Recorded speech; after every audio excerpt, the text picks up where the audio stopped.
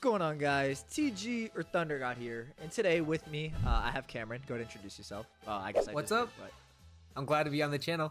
and today we are doing Sasuke versus each generation of Kage 5 Kage Summit. So like, what if each generation of Kage, we're having a 5 Kage Summit, Sasuke pulls up, you guys get the idea. I think this is a pretty interesting video. Doesn't require too much explanation, and a lot of you guys enjoy these generation of Kage videos. Obviously, check out Cameron if you haven't down below, and yeah, we'll just get straight into the discussion. Before we get into today's video, I want to talk about PolyBuzz, an AI chatbot that allows you to have conversations whether with pre-created or custom created characters. You're able to create a unique character chatbot by yourself to talk with others. Over 40 million downloads worldwide and over 20 million characters in the app. It's a must-have app for you to unleash your creativity. Let's say you wanted to converse with Naruto Uzumaki himself, or in my case, I wanted to talk to TG himself. You can ask this created character all types of questions. In my case, I was curious on what TG's next video was. Apparently, it's Attack on Titan. Who knew? I didn't. Or your favorite Naruto matchups in general, like Itachi vs. Pain. You can get a direct, verifiable answer right here. Or just your favorite Naruto matchups. This chatbot will be live if you want to go ahead and ask TG your favorite questions. You can download the app through the link in the description or pinned comment, along with the code Thunder, which will give you access to 3 days of Poly Premium or premium features in the app itself. This is a ton of fun to use, and if you guys want to go ahead and reach out to my chatbot, that will be public by the time of this video. I look forward to all the great conversations we'll be having. The way we're going to be structuring this video is that we're going to have Sasuke kind of run a gauntlet or the exact same gauntlet or order of Kage that he ran in the original timeline. We'll just be essentially running him up against, for example, the third Raikage first when we get to that generation. So starting off with the first generation. The problem with this generation is that all of these guys are nameless. The first Raikage, the first Kazekage, the first Tsuchikage, and first Mizukage are all just, they're featless. You know what I'm saying? There's very little you can actually derive from their data books, and they have quite literally no showings in the series, so you can't really make any arguments for them in this type of discussion. The only actual person in this discussion is Hashirama, the first Hokage, and I don't really think I need to sit here and justify why Hashirama beats 5 Kage Summit Sasuke, or Sasuke at the beginning of 5 Kage Summit. Danzo fights Sasuke. It doesn't really matter what variation you choose.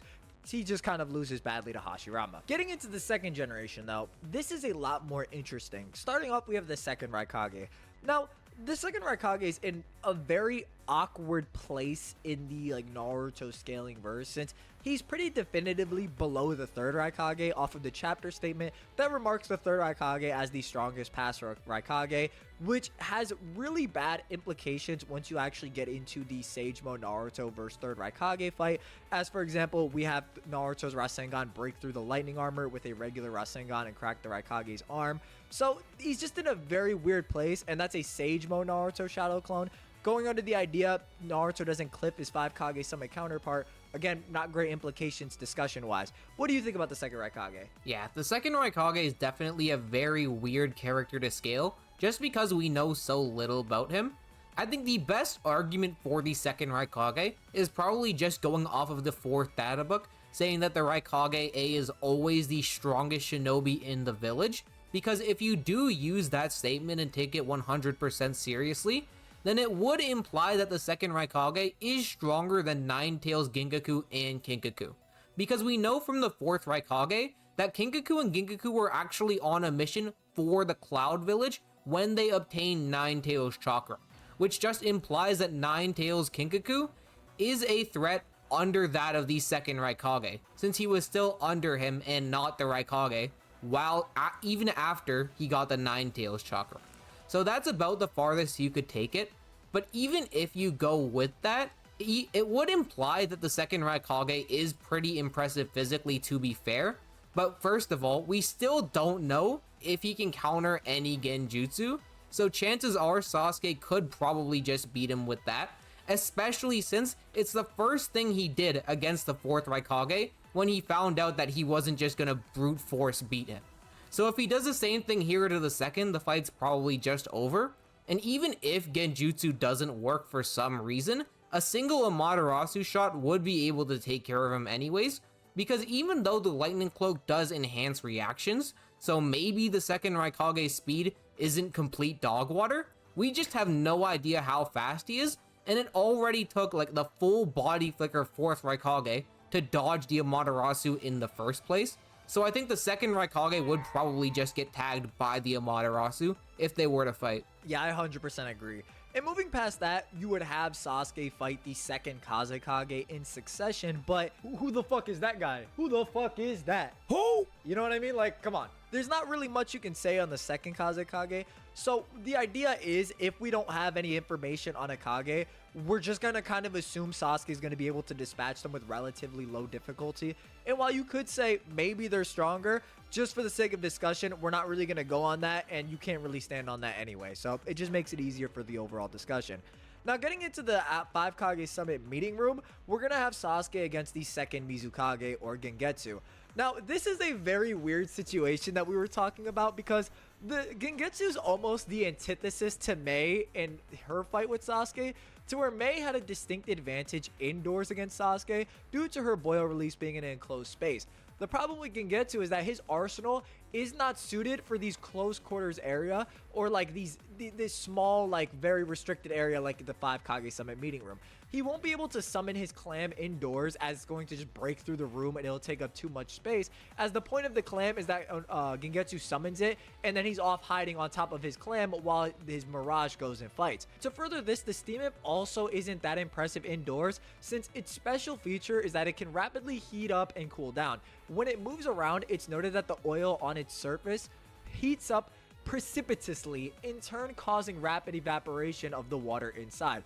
This basically means if the Steam Imp doesn't have room to move around or lunge around like he did in the War Arc or in the desert, he's not going to be able to heat up and hit those huge explosions or those high AP explosions that were able to pop Gaara's Grand Mausoleum like it was in the War Arc. So Gengetsu's in a very awkward situation, to where he's obviously ridiculous in terms of strength. His arsenal is just the least suited to enclosed spaces. Yeah, the problem with Gengetsu is that he really does require a wide open space to fight properly, and I think that's actually really good in the large majority of situations, because most of the time, especially in Shinobi Wars, from what we've seen, people aren't just throwing hands in buildings, but in this specific situation, without like a wide terrain that he can summon the clam in and let the Steam Imp run around to start actually being able to use it to blow things up, which is its main purpose, Gengetsu kind of just gets hard countered here by Sasuke. Yeah, it's just really unfortunate the Steam Imp isn't going to be able to move enough to get to those high explosion levels.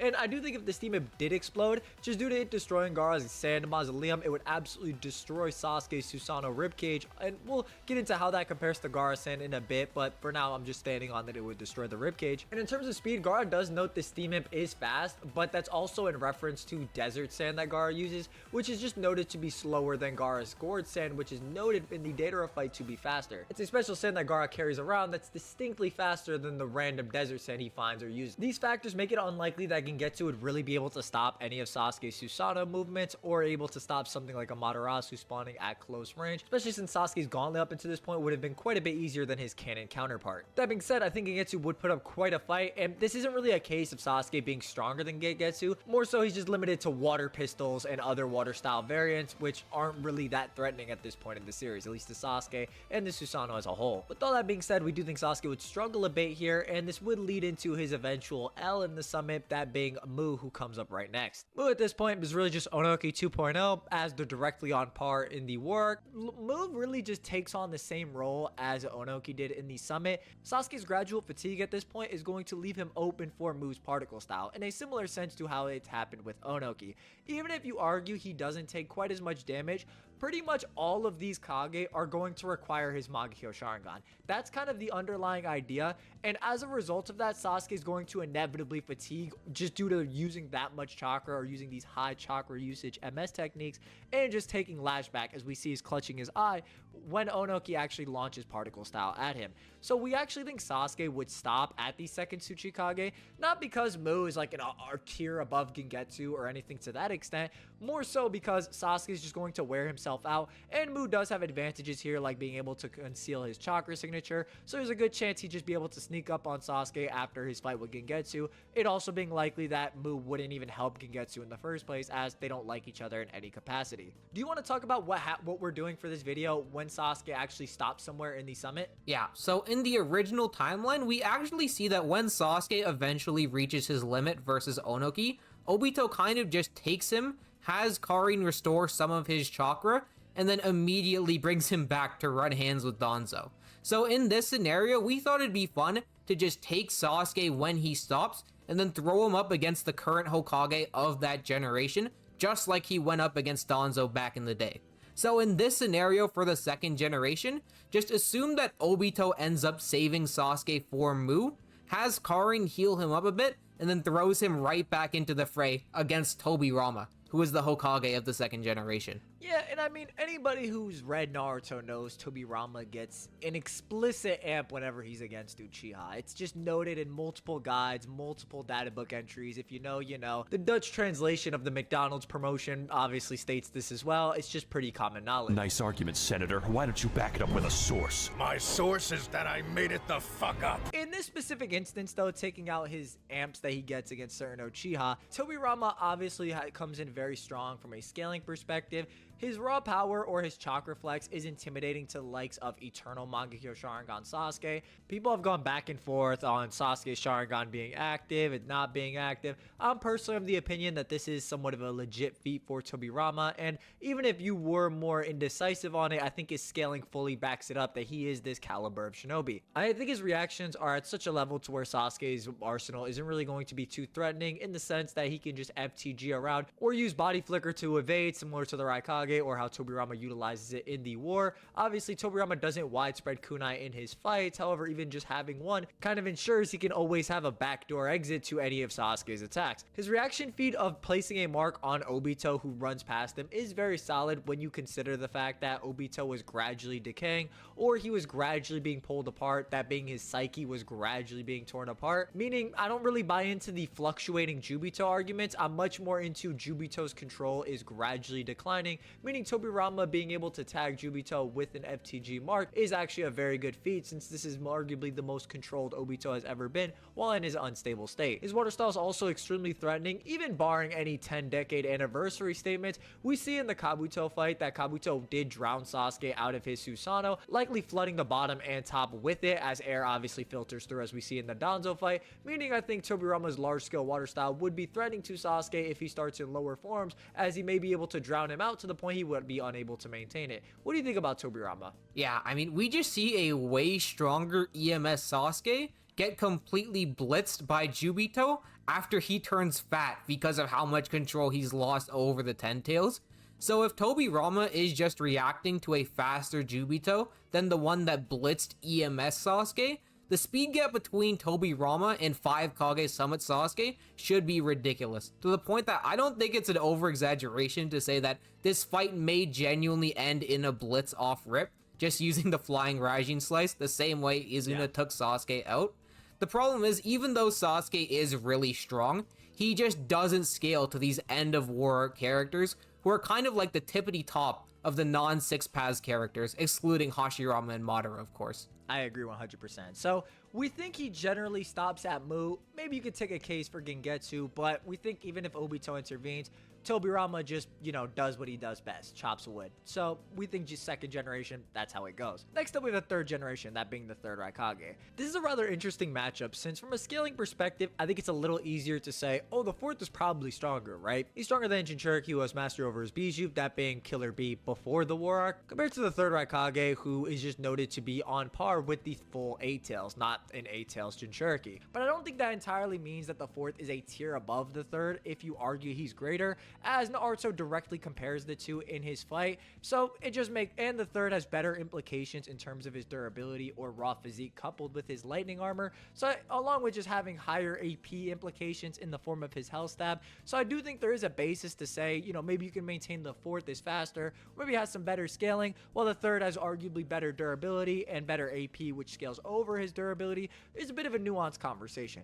I think what we can agree on, though, is that it most likely the third isn't going to be faster than the fourth, since number one, the fourth just has better speed feats in the series, but more so the third just isn't shown utilizing body flicker even in lower versions of the lightning armor. So there isn't really a basis to say he's going to respond the same way the fourth would to Sasuke's Amaterasu, which is what he does when the fourth Raikage does the guillotine drop. So he would probably respond a similar way to the third Raikage's lightning style taijutsu.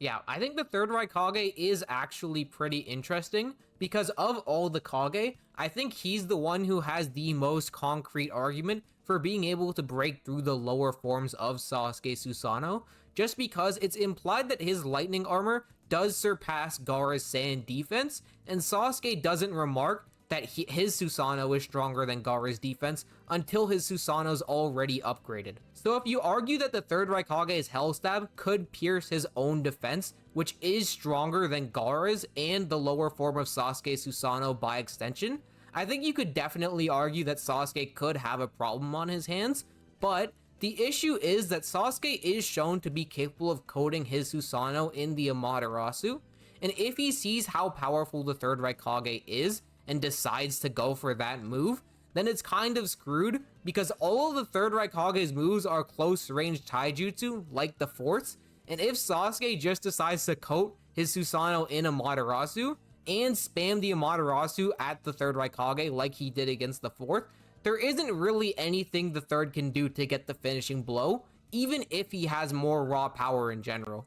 Yeah, I agree. And if you are under the idea that the fourth Raikage is greater, this actually is a lot worse for the third Raikage, since A4 in his lower version of his lightning armor was only able to break one rib off the Susanoo with the guillotine drop, and when he's actually full power even with body flicker, he only is able to actually break 2 ribs with the Lair Bolt of Pain. If you go off the interpretation that A4 is greater, this fight actually turns a lot worse towards the third Raikage, but if you have higher interpretations of the third Raikage, it becomes a lot more interesting. But we think in both instances, he's just inevitably going to get tagged by Amaterasu, since he's not going to be responding with body flicker, is going to be forced to attack the ribcage itself, and is inevitably going to get tagged by Amaterasu via Kagetsuchi usage. So we do think Sasuke would be able to pull a W in this aspect, or just pull off a situation to where he forces the Raikage to kind of back off due to just being coded in Amaterasu. This also creates an interesting situation since the third Kazekage would show up. Now, the third Kazekage is just hailed as the strongest Kazekage, which is very relevant since he scales directly over Rasa and Gaara in the war arc. We're both of the opinion that Gaara in the 5 Kage Summit and Gaara in the early war arc pre-Rasa fight, as he's noted to get stronger post-Rasa fight, are really just the same version of the character, as there really isn't any evidence he got stronger, so I don't really think you can say he got stronger. This is obviously relevant since the third Kazekage would scale beyond that, meaning that he would come in pretty solid in this matchup, as Gaara was able to perform quite well in this discussion. Now, there is the question of, okay, how does the third Kazekage's Iron Sand kind of deal with the Susanoo if Gaara's regular Sand couldn't and required Kankuro, Tamari, and Darui's attacks to supplement it and really wasn't able to breach through a higher version of the Susanoo? Well, both Sasuke's skeletal Susanoo, or the humanoid version, and the Iron Sand, if you go off it being stronger than Gaara's Sand, or him being the strongest Kazekage, and him having the most superior Sand variant, entailing that his Sand would be stronger than Gaara's, would both scale above 5 Kage Summit Gaara Sand, or be above that defense threshold that Sasuke is talking about. So it creates a weird situation to where now both of these defenses are just stronger than Gaara Sand, which creates kind of an arbitrary metric of we don't really know how it would interact. We do know the Iron Sand's AP does scale to its durability, since we actually see the triangular base pyramid, or the more offensive iron block variation, cut directly through the cuboid variation of the Iron Sand block. This specifically being when Sasori does Iron Sand World Order, which would also be very effective in this closed space, but we're getting ahead of ourselves. The data book notes they are compressed into a high density shape, creating a large iron weapon that is harder and heavier from the sand than which it was formed. This is very relevant due to the Iron Sand AP directly scaling to these higher than Gaara defense levels, which creates a very interesting situation if the third Kazekage could actually damage Sasuke. I think at the bare minimum, he's just going to be able to hurt and damage Sasuke through the ribcage. However, higher versions of the Susanoo, it's a bit more nebulous. What do you think about it? Yeah, this is a really weird matchup because they're both just vaguely above Gaara, and even though you could argue for the third Kazekage, I do actually think that Sasuke does have the higher interpretation, at least compared to Gaara, because after Sasuke brought out his skeletal Susanoo, the Raikage's aide just tells Gaara that they should try to regroup behind the pillars, and neither Gaara nor the Raikage try to protest, which does sort of imply that if they're trying to regroup rather than take Sasuke on directly, Gaara plus the 4th Raikage may still struggle to beat Sasuke in that state. Which sounds crazy, but there is no real reason why both Kage should just retreat and start hiding if it wasn't for the fact that Sasuke could put up a decent fight. So even though you can argue that both of them are above Gaara, I think Sasuke at least has the better interpretation, because with the 4th Raikage and multiple aids, Gaara still isn't gung-ho about taking him on, even after he resolved to beat Sasuke, which makes the whole thing a lot weirder. But so even though you could say that they don't really have a real link between them, Sasuke just has higher assertions, specifically when compared to Gaara. Yeah, and Sasuke being inside the skeletal version of the Susanoo is pretty insane stock. He actually uses the sword in this specific version, which we don't see too much of out of 5 Kage Summit Sasuke, since in the Danzo fight, he's mainly just punching Danzo or using arrows. But in this state, Gaara nor the Raikage were really able to stop Sasuke from cutting all of the pillars in the Kage Summit Room. So if he is ever pressed by any of these attacks, he just can destroy the Summit Room and continue on. Assuming he gets past this, we have the 3rd Mizukage, who's actually a no-name Kage, even in the data books and these series. Honestly, we don't really have much to say about this guy. I'm gonna assume Sasuke cleans him in 2 with his Chidori enhanced blade, but for all we know, he's strong as fuck. I do think that Sasuke generally stops at Onoki, since even though we do have the Mizukage being a no-name, I think the 3rd Raikage and 3rd Kazekage are both extremely difficult fights for Sasuke, to the point that he would definitely retain damage in a similar aspect to how he retained damage from his fight with A4, since you actually do see that A4 was able to bruise Sasuke's neck through the Susanoo, and Mei directly notes later on that the Raikage did do quite a bit of damage to Sasuke. So it actually seems like Sasuke didn't even take the time to heal from Karin, which makes sense as he was trying to rush into the Summit Room. So in our opinion, we think these 2 fights are actually a bit harder than Sasuke's canon fights, that being A4, Gaara, and Mei, in the aspect that these 2 are overall, I don't want to say stronger, but mainly the 3rd Kazekage is just a much more difficult opponent in our opinion. We think Sasuke does generally stop at Onoki for these reasons, and Obito has to save him. Any points on that or anything you want to add? Yeah, I think it does just play out exactly like in the original timeline, where when Onoki sees Sasuke, he's gonna go for a particle style off rip, and at this point Sasuke will just be too fatigued to evade, so Obito has to save him again. So last combatant that Sasuke would have to face is the 3rd Hokage, Hiruzen. Now, honestly speaking, we could do the more prime Hiruzen during the Nine Tails attack, but I'm going to be honest, we think that Hiruzen utterly washes this version of Sasuke, so we don't really think that's a fair discussion. What we will do, however, is use the old man Hiruzen, the version that had fought Orochimaru, and see how Sasuke does. What's your opinion on this matchup? Yeah, so I think the actual common link between Old Man Hiruzen and Sasuke is the 5 Kage, believe it or not, because Hiruzen is stated to be the strongest of the 5 Kage, and we see in the 5 Kage Summit that Sasuke's also surpassed the Kage at this point, through obtaining a shield beyond Gaara's and just forcing both the Raikage and Gaara to regroup. So when you kind of get into which one of these is more impressive, I would actually lean towards Sasuke, just because back when Hiruzen was stated to be the strongest of the 5 Kage, I do believe that this is a weaker 5 Kage than the one we see at the summit.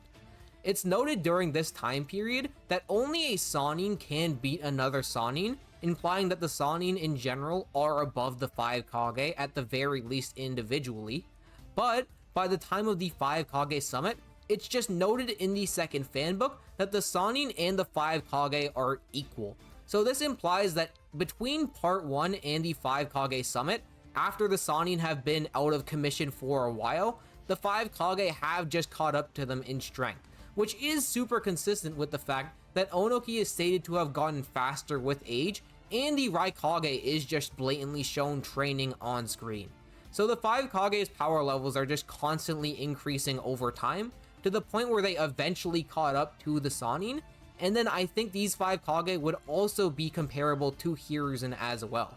Just because we see that Hiruzen and Orochimaru were blatantly relative during the time they fought, which is noted in the first fanbook to be so close that the fight seemed endless. And regardless of if you want to argue that Hiruzen was mental nerfed in that scene, I think Orochimaru would still generally scale, even if you do take that position, because it's noted in the anime profile guides that even while Orochimaru is disguised as the Kazekage, he was still equal to Hiruzen, which is particularly important because obviously Hiruzen wouldn't be mental nerfed before he finds out about Orochimaru's true identity.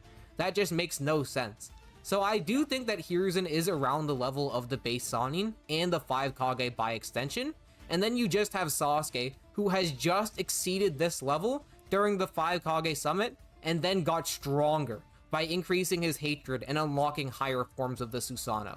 So even though Hiruzen is a pretty tough combatant, I think Sasuke mostly just cliffs him here. Yeah, and I have a couple notes to add too, because I agree with a lot of what you're saying. If the Sannin like 5 Kage thing bothers you, really think about it for 2 seconds. If you actually look at the 5 Kage's performance against Madara, they all have a lot of similar feats. For example, all 5 of the 5 Kage were able to survive against 5 Wood Susanoo clones until nightfall.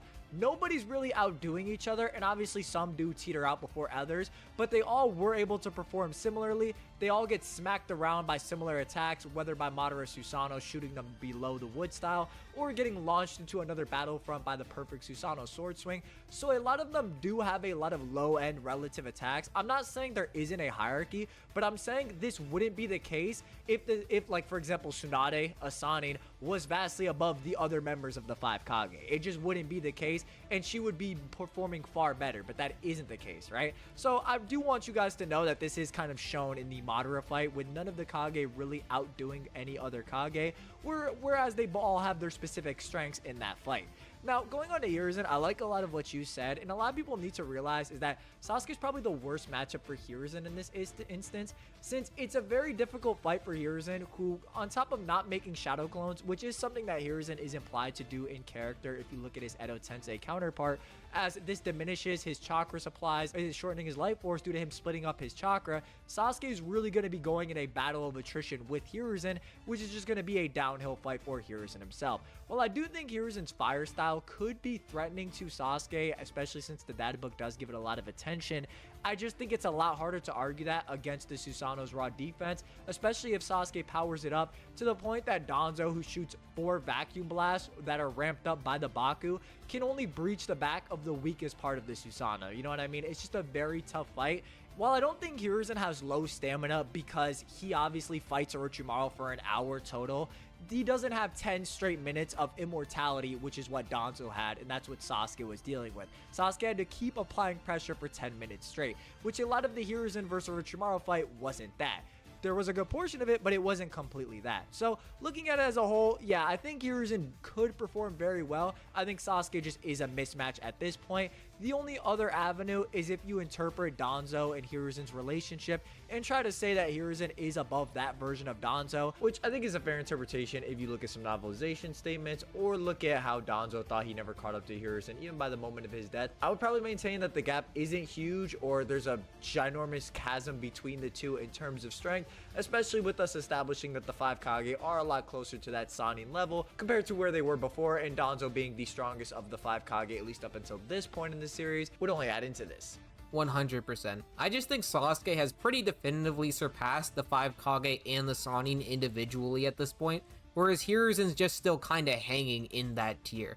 Which is still, that's impressive, like he's very, very strong. Sasuke has just surpassed him and become like a top 1% of all shinobi at this point in the series. So we actually think this version, assuming Sasuke doesn't actually lose to the 3rd Raikage and Kazekage combo, which I think he very well could. I think those two as a combo are very deadly. I think he does eventually stop during the summit, and we do think he could pull a dub on the old version of Hiruzen that was fighting Orochimaru in the 5 Kage summit. But we think a Hiruzen who's like 10 years younger that would have drastically changed the outcome of that fight, we think that version would probably come away with a W. Next up, for the 4th generation, we have the 4th Raikage. I mean, we saw this fight. On top of this, we have the 4th Kazekage, which is Rasa, who's just a rival to War Gaara, who would just be 5 Kage Summit Gaara. So we think that fight, or those two encounters, just go the same way. And next up, we have the 4th Mizukage, that being Yagura. Do you want to talk about Yagura? Yeah, so there's actually been a lot of weird discussions surrounding Yagura, because people have gone back and forth on whether or not he's actually a perfect Jinchuriki. The first time this idea is floated around is when Danzo says that Yagura, B, Hashirama, and Madara are the only ones to achieve true control over their tailed beasts, And even though you could just like take that and run to say that Yagura is a perfect Jinchuriki because he's mentioned next to B, it's still a little vague because we just see that characters like Hashirama are also listed in that same statement. And obviously Hashirama never even used the tailed beast in combat, which implies that Danzo isn't just alluding to being a perfect Jinchuriki who has a partnership with the Biju. I actually think the better metric for trying to argue that Yagura is a perfect Jinchuriki is off of the 4th data book, stating that he's achieved complete control over his tailed beast, because we actually see that when Naruto masters KCM2, Obito actually states the same thing and says that he's now controlling the Nine Tails completely, implying that this assertion of having complete control over one's tailed beast is like a similar thing to saying someone's a perfect Jinchuriki. So if you want to go through that avenue, you could definitely argue that Yagura is a Jinchuriki who has an actual partnership with the Three Tails, but then you could go a level even deeper than this and try to argue that, okay, if Yagura really was a perfect Jinchuriki, how is Obito getting him in a Genjutsu? Because perfect Jinchuriki are supposed to be immune to Genjutsu, and there's no reason why Yagura should be able to be placed under Obito's Genjutsu. We actually talked about this a little bit before the recording, and we thought that one way it may be possible that Obito could have put a perfect Jinchuriki under Genjutsu is if he actually Genjutsu the Three Tails first, and then got Yagura so that he couldn't be broken out, which isn't entirely out of the realm of question, because we do just see that Obito puts the Nine Tails under Genjutsu through Kushina's seal.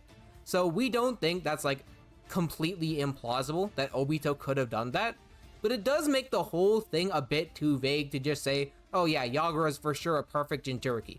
We don't really know, but lucky for us, because of the Minato one-shot, we can actually quantify at the very least how much control Yagura had for his absolute floor. Like, if you really hated Yagura, what's the worst interpretation you could give him? And I think we actually see that through Han and Roshi. These guys are capable of summoning their own Biju avatars and forming Biju bombs when they encountered Team Jiraiya, and we later learn in the Minato one-shot that they filed a mission report of this encounter directly to the village. So Danzo should know about the level of control that Han and Roshi have over their tailed beasts, yet when it came to bringing up the Jinchuriki at the 5 Kage summit, he still only brought up Yagura and B. So at the very least, I think you could say that Yagura is capable of summoning a avatar and a Biju bomb just like Han and Roshi did, because Danzo knew of those feats and still thought that Yagura was the person he should mention over them. So at this point in the summit, how do you think that Sasuke would be capable of handling a Biju avatar? Yeah, it's just, it's not great. I'll tell you that much. It is not great, let me tell you. This being especially prevalent or prudent if you think Yagura just upscales from his Edo feats. But generally speaking, having a Biju avatar that can launch Biju bombs at this point in the series is still pretty ridiculous stock, and we don't think Sasuke would be able to handle it that well, or he would be able to really stop Yagura to the same capacity. Now, if you want to say because they're indoors or for whatever reason Yagura wouldn't do this, I think he does have other avenues, on top of Sasuke having a pretty tough gauntlet up until this point, as he would have been fighting the 4th Raikage, who he took pretty heavy damage from, and Rasa, who, even if you want to argue, is less nuanced with his sand usage, would still likely press him to use his Mangekyo abilities just due to being on par with Gaara. Yagura does have other avenues. For example, his Coral Palm was so strong that Naruto, specifically KCM Naruto's chakra arms that are faster and stronger than him, was unable to break it. So even if Sasuke gets tagged, or even if his Susanoo gets tagged, he may not be able to move it or break free from the Coral Palm itself, and he might need to like rip it off with like another version of his Susanoo, which is ridiculous. So on that aspect, we do think Yagura generally stops Sasuke here, and I like a lot of what you said with like the Biju avatar, as that's also congruent with like what Obito mentions with Naruto when he shows the QB avatar or KCM2 avatar, noting this is what happens when you master or fully control the Nine Tails power. So I think Yagura does stop Sasuke here, assuming that Sasuke does kind of run the 4th Raikage and Rasa Gauntlet. We think he'd be way too fatigued, because keep in mind Sasuke's fatigued here, or he's going to be in the same state he was against Mei, to fight someone of Yagura's caliber. Next up, we would have Obito saving Sasuke here, who would place him against the 4th Hokage or Minato. I mean, come on. You know, like let's be real here. I think Minato has much higher interpretations in terms of strength. The only way Sasuke would remotely beat Minato is if you subscribe to the idea Minato is sub Sage Mode Naruto level. And I'm gonna be real, I don't subscribe to that. I don't really think it's that consistent. If you do, by all means, I'm just not, you know, I'm not gonna, like, what do I say about that? You know what I mean? What do you think about Minato in this discussion? Yeah, I mean, even with the absolute lowest interpretation of Minato, that would probably just be taking the 4th data book statement that says the Raikage is not inferior to him in terms of speed. And you could use that to say, okay, maybe Minato is as slow as the 4th Raikage. Even setting all the problems with that aside, Minato would still be faster than Sasuke with this like bare bones lowest interpretation. And I do think at this point, even though Sasuke has recovered his chakra from Karin, Minato could still definitely outstamina him by just running laps around him and avoiding confrontation, because unlike the 4th Raikage, Minato isn't really a meathead. He's an extremely strategic fighter, so if he sees that Sasuke's running low on stamina and visibly like dropping to his knees and bleeding from his eyes, I do think in character, Minato would avoid Sasuke until he drops down the Susanoo and then finish him off. Even if you take like the worst interpretation possible of how strong Minato could be, he's still more likely than not comes out on top here. To add to this too, even going off those interpretations, it's not even like Sasuke's at Sage Mode Naruto level yet quite during this summit. Going off the idea that they saw a mutual death scenario in a future fight based on the two's current capabilities, and Naruto sensing Sasuke's more latent Susanoo variations during this fight and all the narrative surrounding that. Going off that idea, Sasuke isn't even at the point where Minato's lowest interpretation is. So it's just like, even if you went with that, does he even win? You know, not really. But like you mentioned, the reaction times should be there to just continuously dodge a Amaterasu, or the actual Susanoo itself, as even Danzo can mentally react to it pretty much every time Sasuke shot attacks at him. It was more so physically, he couldn't do too much with it. And Minato mentally reacting is very important, since that's kind of why he's so insane as a fighter, just spreading FTG kunai, being able to mentally react. He's going to be able to teleport away pretty much instantly. So going off that idea, yeah, Sasuke gets washed. And that's obviously us going with the lowest interpretation of Minato. So if that's the video, let me know if you guys enjoyed. We sure did. We thought this was a fun little discussion. You know, let me know if you guys want more stuff like this down below. What's your thoughts down below? No, it's kind of a big discussion to encapsulate in a just very short 40-minute video, but we're obviously open to hearing what you guys have to say. And check out Cameron, obviously, if you haven't, down below. And we will catch you next time. Bye-bye.